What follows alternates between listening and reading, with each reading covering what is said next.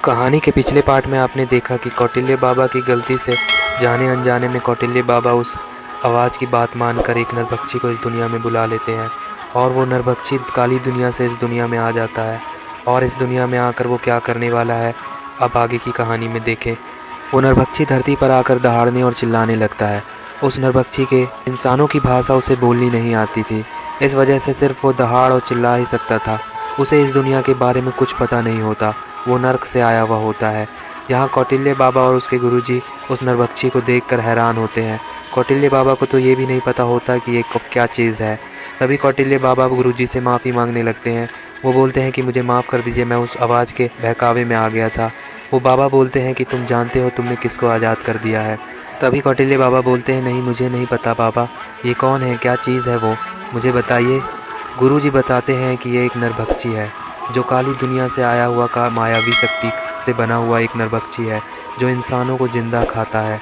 सिर्फ ये इंसानों का शिकार करता है। तुमने इसे आज़ाद करवा दिया है। मुझसे माफ़ी मांगने से कुछ नहीं होगा।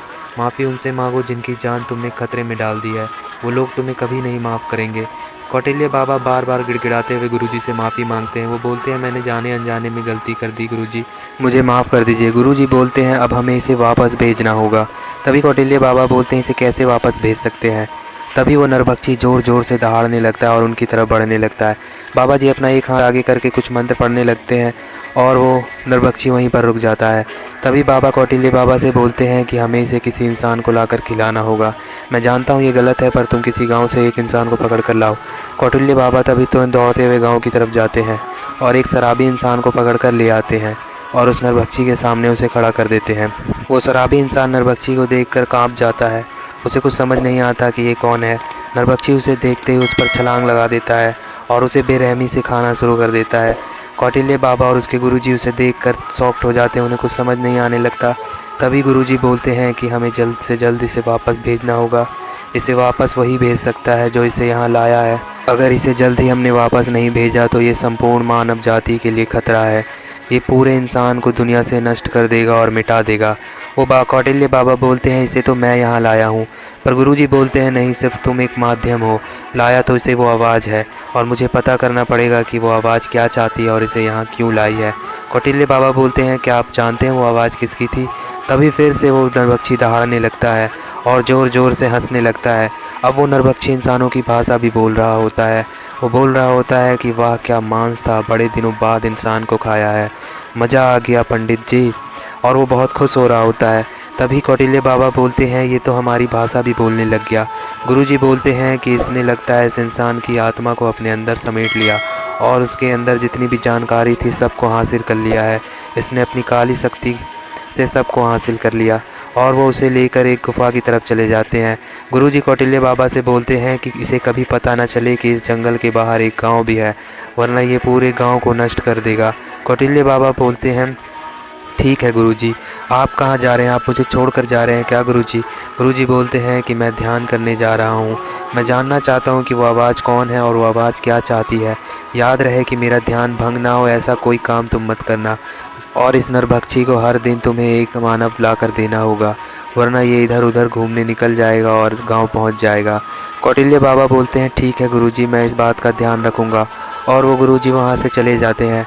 कौटिल्य बाबा नरभक्षी को देखने लगता है और वो उसे हर दिन एक आदमी ला कर देता है। आज उसने उस नरभक्षी को 2 आदमी ला कर दिए होते हैं।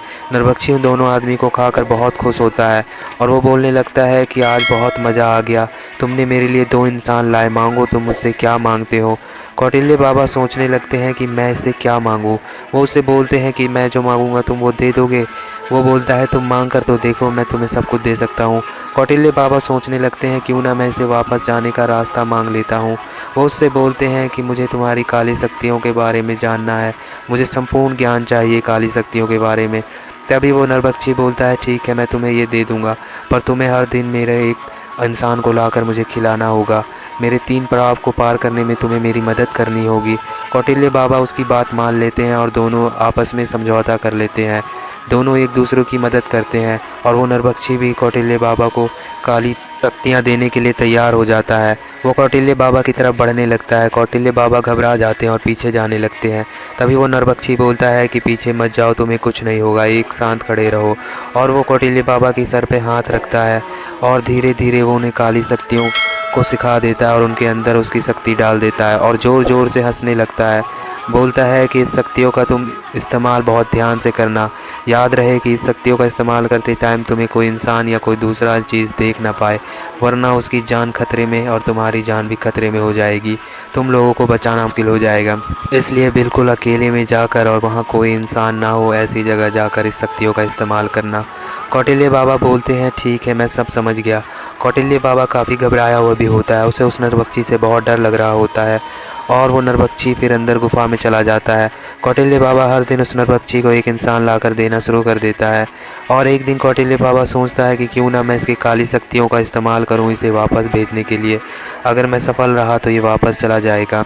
अब काफ़ी दिन हो चुके होते हैं, कौटिल्य बाबा एक भी इंसान उस नरभक्षी को नहीं ला कर देता।